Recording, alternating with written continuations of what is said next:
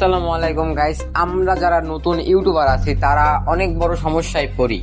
সমস্যাটা হলো বর্তমানে ক্যাপকাট অ্যাপস ব্যবহার করতে গেলে ওয়াটারমার্ক দেয় এবং অনেক ধরনের ইফেক্ট যা টাকা দিয়ে কিনে ব্যবহার করতে হয়।